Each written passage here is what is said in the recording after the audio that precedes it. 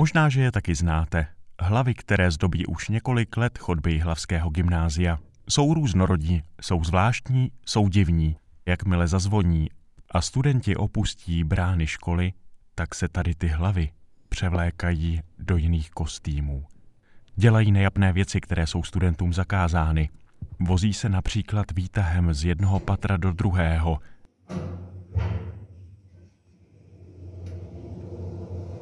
Z jedničky do nuly a z nuly do jedničky. Pak se procházejí po prázdných chodbách a dělají lotroviny.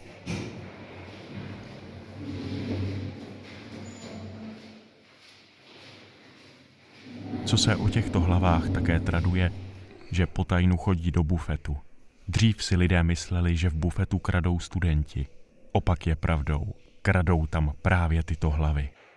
Je už jen otázkou času, kdy samotné hlavy vystřídají učitele a budou vyučovat na Jihlavském gymnáziu. A je vcelku možné, že tyto hlavy zanedlouho budou držet i dozory na chodbách.